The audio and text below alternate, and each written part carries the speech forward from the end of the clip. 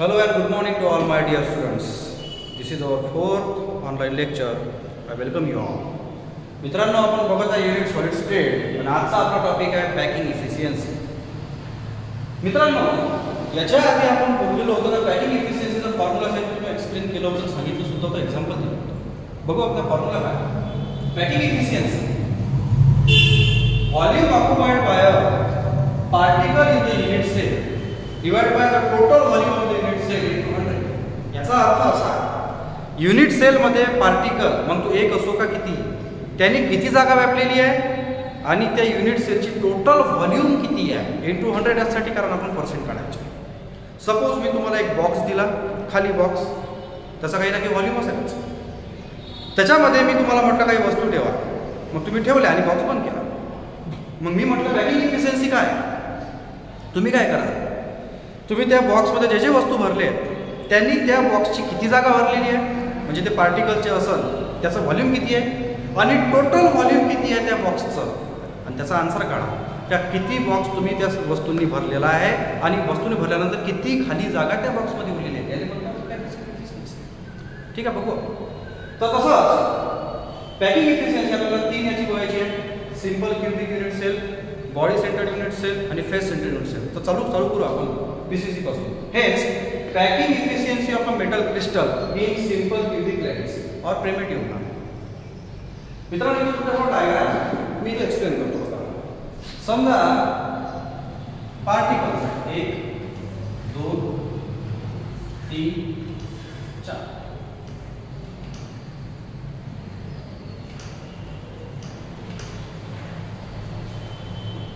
Example देतो तुम्हाला PCC sorry simple cubic. याच्या मागे कसेच 4 पार्टिकल अज्यूम करा. आता हा बोर्ड आहे त्यामुळे मी मागे लिहू शकतो. असं करा का हे पार्टिकल्स 1 2 3 4 त्याच्या मागे सुद्धा 1 2 3 4 असे 4 पार्टिकल आहेत. ठीक आहे. आता हा झाला युनिट सेल आपण कशा लिहितो बोलावं सिंपल क्यूबिक. मग आता युनिट सेल मध्ये येणारे पाहायचे युनिट सेलच्या बाहेरचे नाही पाहायचे आपल्याला. ठीक आहे. मग आपण असं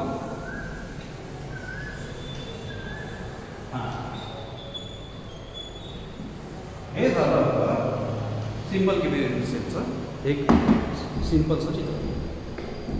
आता मित्रांनो जसं मी तुम्हाला बोललो होतो जसा एक चौकोन आहे हा चौकोन आहे समजून घ्या पहिले तुम्ही हे लक्षात नाही पोरांच्या एम्प्टी आहे त्याच्यामध्ये मला पार्टिकल्स ठेवायचे आहे. आता मी तुम्हाला बोललो होतो का आपण घरी एका लिंबाचे किती पार्ट करू शकतो करता किती येते पण आपण जनरली 8 करतो. एक लिंबू आहे त्याला मधातून कापायचे 2 भाग होईल त्या डबल 2 भागाचे 2 भाग करा आणि त्या अर्ध्या भागाचे अजून भाग करा म्हणजे एका लिंबाचे 8 भाग करायचे आहे. त्यातला पहिला भाग इथे दुसरा तिसरा चौथा 5वा 6वा 7वा 8वा कारण चौकोनात त्याला 8 कोण राहणारच आहे म्हणजे लिंबू एकच आहे पण 8 भागामध्ये ठेवलेला आहे म्हणजे टोटल किती पार्टिकल झाले पण आपण त्या पार्टिकलला स्फिअर म्हटलायचे. Hence the total number of particles in simple cubic is 1. मग आपण तेच बघणार आहे. मग आता इथं बघा हा एक पार्टिकल या पार्टिकलला टच करतोय स्फिअर जर आहे तो त्याचा रेडियस काही नक्की राहणार आहे. हेच इथं लिहिलेलं आहे this is R this is R आणि ए काय A is the edge length हे झालं ए एज लेंथ. मग what is the value of A A equals to 20 R. बघा ना हे ए ची व्हॅल्यू म्हणजे लेंथ आणि त्याच्या लेंथ मध्ये किती रेडियस होईल हेच ए इक्वल्स टू 20. मग आता आपण पाहायचं volume of a unit cell याचा फॉर्म्युला मी बोललो तुम्हाला ए क्यूब म्हणजे लेंथ क्यूब. मग ए ची व्हॅल्यू काय 20 आर. मग ए क्यूब जर असेल तर 20 आर क्यूब याची व्हॅल्यू काय आहे याची व्हॅल्यू सरळ करा किती येणार 8 आर. हे झालं आपलं volume of a unit cell कोणता सिंपल क्यूबिक. आता काय करायचं तुम्हाला पार्टिकल्स जागा किती घेतली आहे पण लक्षात ठेवा सिंपल क्यूबिक मध्ये किती पार्टिकल्स असतात. आता पार्टिकल म्हणजे स्फिअर आपण त्याला स्फिअर ट्रीट करतो म्हणतोस त्यामुळे स्फिअरचा फॉर्म्युला काय 4/3 पाय आर क्यूब. किती स्फिअर आहे एकच आहे त्यामुळे असं हेच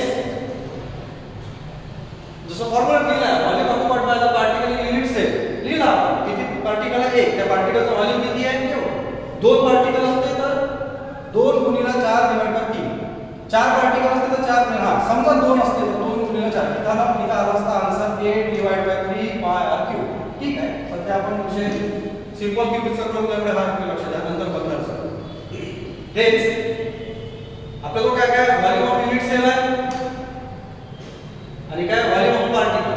ठीक आहे, काय म्हणतात त्यांनी volume of particle in unit cell लिहा divided by volume of unit cell equal to याला असे करता येते now 4 pi r cube divided by 3 into 8 r cube into 100. मित्र सिंपल आहे. r काढा किंवा याच्यानंतर डायरेक्ट आन्सर लिहिलं तरी चालेल. हा 4 1 4 4 8 हा गुणाकार आहे. हेच इथं काय येणार आहे 5, इथं येणार 3 2 6, इथं किती येणार आहे 15. याचा आन्सर येते 52.36 आन्सर येते. त्याला आपण म्हणतो 52.4. म्हणजे पॅकिंग इफिशियन्सी झाली सिंपल क्यूबिक युनिट सेलची, प्रिमिटिव्ह क्यूबिक युनिट सेलची 52.4. तर मग एम्प्टी स्पेस म्हणजे व्हॉइड किती झाली ते सरळ सरळ आहे. मी तुम्हाला जसं बोलतो एक्झाम्पल, जर मला 100 पैकी केमिस्ट्रीत 70 मार्क मिळाले तर किती मार्क नाही मिळाले? 30 मार्क नाही मिळाले. सरळ म्हणजे पॅकिंग इफिशियन्सी 52.4% आहे. तर मग मला याचा आन्सर तुम्ही द्या तर व्हॉइडचं किती काय करावं लागेल 100 मायनस एवढं करा. याचा आन्सर किती झाला याचा? सरळ हे झालं 47.6. ओके ठीक आहे. म्हणजे packing efficiency of DCC is 52.4. What is empty space 100 minus he value करा मला हे भेटते. हे झालं. चला बघू आपण packing efficiency of metal crystal BCC body centred cubic lattice. ठीक आहे बघू. आता सरळ सरळ तुम्हाला मी चौकोन काढलेला आहे. आता इथं पायथागोरस थेरम वापरायचा आहे.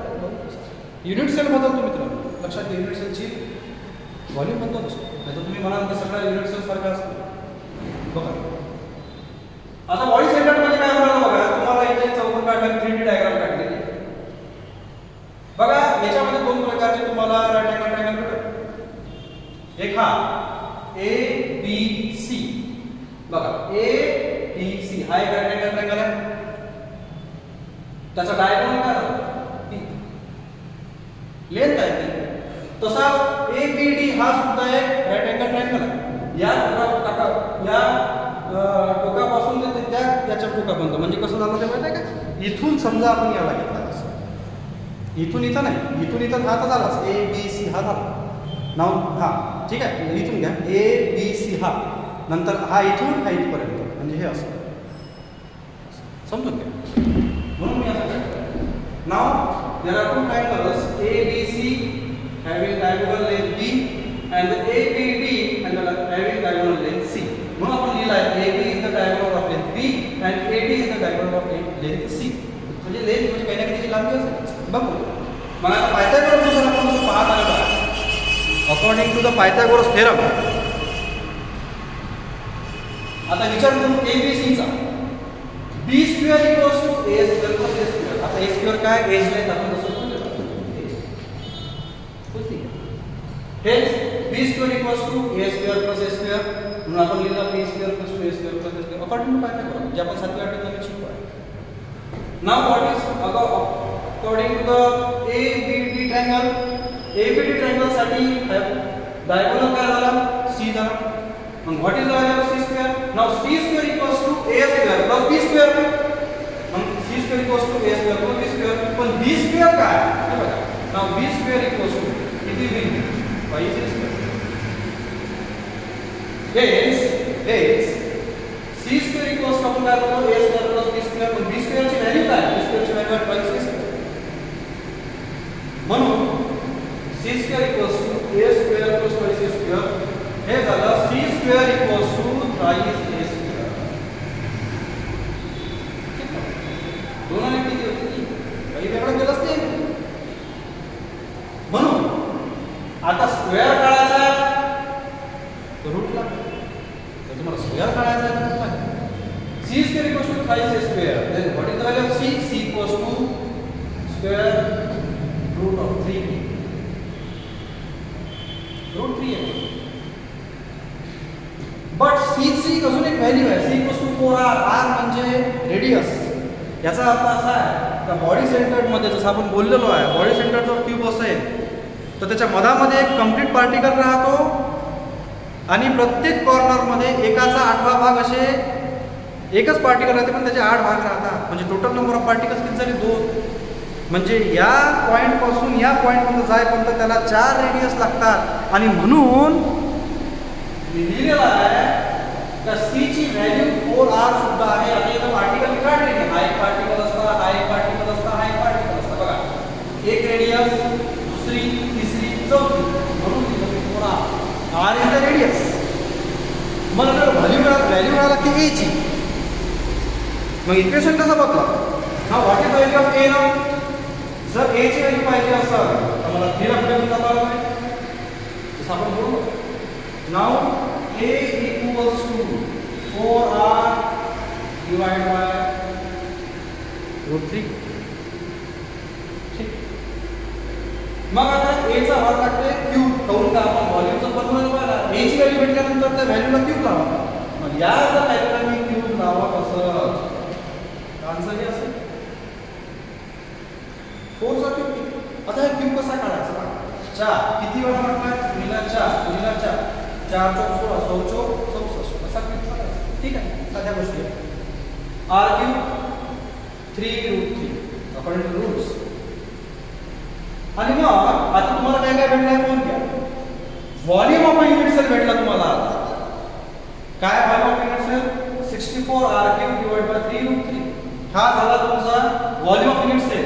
आता तुम्हाला कळायचं आहे volume occupied by the particles. एक लक्षात घ्या, how many particles in the basis मी बोललो आहे.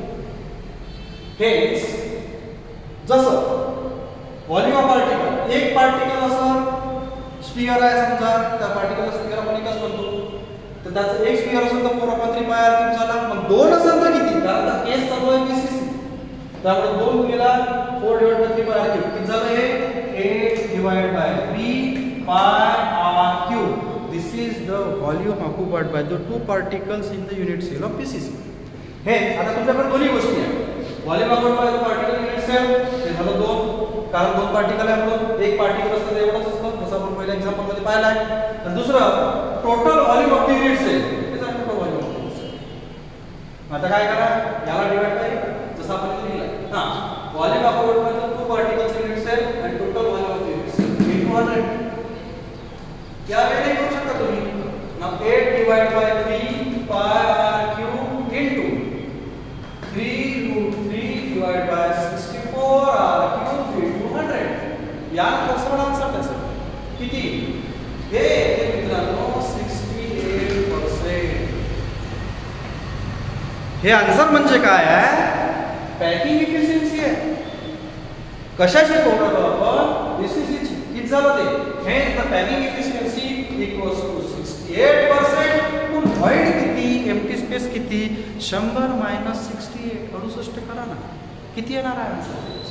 32%. म्हणजे बीसीसी मध्ये 68% पॅकिंग इफिशियन्सी आहे, तर व्हॉइड किती आहे? 32%. म्हणजे एम्प्टी स्पेस किती आहे? 32%. ठीक आहे. तर आपण याच्यानंतर बघू आता एफसीसीचं काय. ओके, तुम्ही 1 मिनिटासाठी पहिले बघून घ्या, मग मी बोलतो.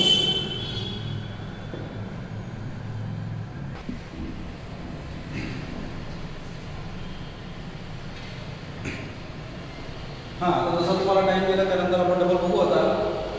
Packing efficiency of metal crystalline face centred lattice. म्हणजे फेस सेंटर्ड क्यूबिक लॅटिस म्हटलं तरी चालेल त्याला. याला सीसीपी और एलसीपी सुद्धा म्हणतात, लक्षात घ्या. Example close packing, close packing. आता याच्यामध्ये बघा कसं आहे. जसं आपण सिंपल क्यूबिकचं बघितलं, बीसीसीचं बघितलं, त्यानुसार आपण बघणार आहे एफसीसीचं. बघा मी तुम्हाला इथे एक क्यूब काढलेला आहे, म्हणजे युनिट सेल काढलेला आहे. आता फेस सेंटर्ड म्हणजे कोणते? जसं बोललो आहे. आणि याच्या दिवसांनी फेस सेंटर्ड क्यूबिक लॅटिसमध्ये नंबर ऑफ पार्टिकल्स किती? तर 4. जसं मी तुम्हाला बोललो याच्यातले डायग्राम बघा, त्या डायग्राम बघितला तुमच्या लक्षात येईल. जसं बघा हा समजा एक क्यूब आहे, समजून घ्या पण नाही आहे पण आहे. 1 2 3 4 5 6 7 8 हे तर एक पार्टिकल राहीलच. शिवाय फेस सेंटर्डमध्ये फेसला अर्धा अर्धा पार्टिकल राहतो. समजा एक पार्टिकल त्याचे अर्धा जोडा, अर्धा इकडे अर्धा इकडे, अजून एक अर्धा इकडे अर्धा इकडे, अजून एक अर्धा इकडे अर्धा इकडे, असे किती झाले? ते 6 म्हणजे अर्धे 6 झाले तर किती झाले पूर्ण 3 आणि एक पूर्ण जो चौकोनात आहे कॉर्नर्सला तो म्हणजे 3 आणि 1 असे 4 पार्टिकल्स आहेत. तुम्ही डायग्राम बघा तुमच्या लक्षात येईल. आणि म्हणून 4 पार्टिकल्स बघा इथे कसं. हेन्स जसं आपण मगाशी बीसीचं बोललो. Now in right angle triangle ABC double Pythagoras तुम्हाला लागेल. AB is the hypotenuse of length B. कसं बघा AB हे लेंथ आहे. AB इज द हायपोटेनियस त्याची लेंथ काय आहे B.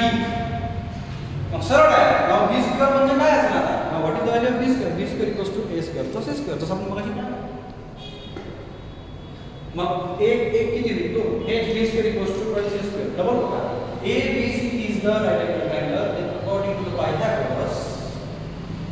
AB square equals to BC square plus AC square. मग आता AC म्हणजे काय त्याची लेंथ आहे BC म्हणजे काय त्याची लेंथ आहे A इज द एज आणि AB हे हायपोटेनियस त्याची लेंथ आहे B. Hence B square equals to A square plus A square.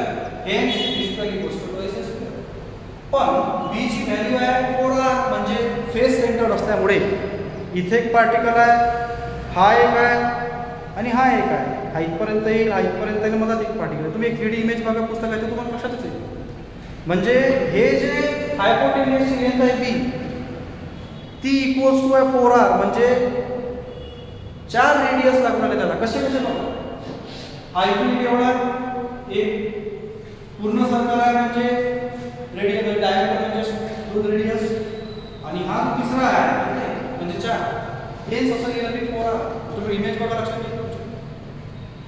मग आता now B square equals to A square equals to 16R. हे काय जर B इक्वल्स टू 4R आहे तर B स्क्वेअर इक्वल्स टू किती 4 चा स्क्वेअर 16R स्क्वेअर. हेच B square equals to A square equals to 16R. मग आता व्हॅल्यू तुम्हाला याची काढायची आहे कारण तुम्हाला युनिट सेलचं काय काढायचं आहे व्हॉल्यूम काढायचं आहे. व्हॉल्यूमचा फॉर्म्युला काय पहिले A तर काढावा लागेल. हेच A इक्वल्स टू आता A स्क्वेअर इक्वल्स टू हा 2 इकडे जाईल म्हणजे इथं राहील 16R square divide by 2.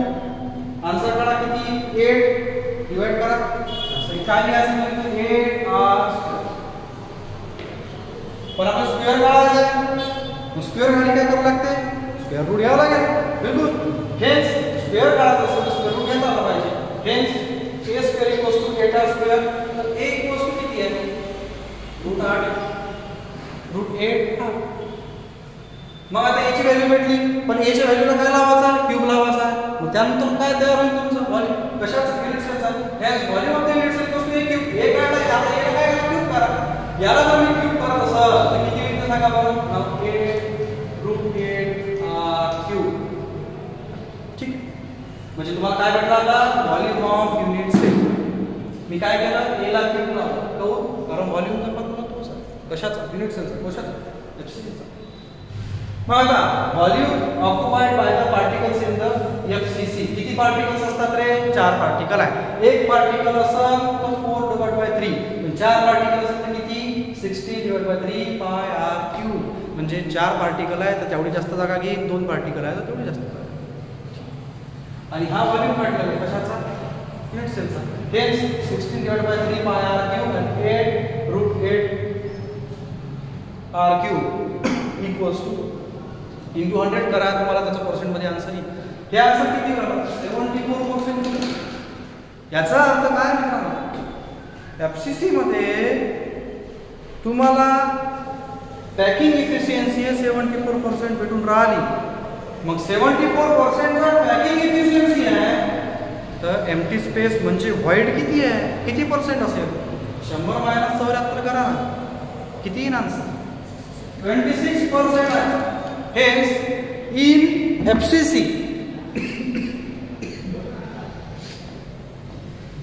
the packing efficiency is 64% and the void is 26%. कसं केलं आहे बघा व्हॉल्यूम काढला युनिट सेलचा आणि volume occupied by the particles.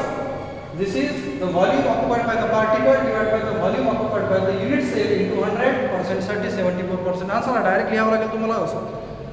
आणि त्यानुसार पॅकिंग इफिशियन्सी 74% आणि व्हॉइड झाला 26%. ठीक आहे हे झालं पॅकिंग इफिशियन्सी सिंपल क्युबिकचं BCCचं आणि FCCचं. यानंतर एक पॉइंट येतो जो माहीत असतात बरं आहे की कोऑर्डिनेशन नंबर किती, म्हणजे कोऑर्डिनेशन नंबर एससीचा, बीसीसीचा, एफसीसीचा किती. एक लक्षात घ्या, सिंपल याच्यामध्ये सिंपल क्यूबिक मध्ये कोऑर्डिनेशन नंबर राहतो 6, बीसीसी मध्ये राहतो 8 आणि एफसीसी मध्ये राहतो 6, म्हणजे झालं तरी 12. हे लक्षात ठेवा. The coordination number of SC म्हणजे simple cubic is 6, the coordination number of BCC is the 8 and the coordination number of FCC is the 12. ठीक आहे, हे लक्षात ठेवा व्हॅल्यूज. यानुसार आजचा आपला टॉपिक इथं संपलाय. उद्या बघू आपण आपलं 5वं लेक्चर.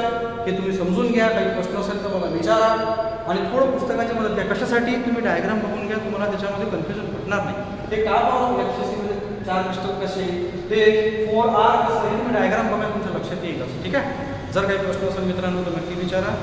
आजच्यासाठी एवढंच. थँक्यू.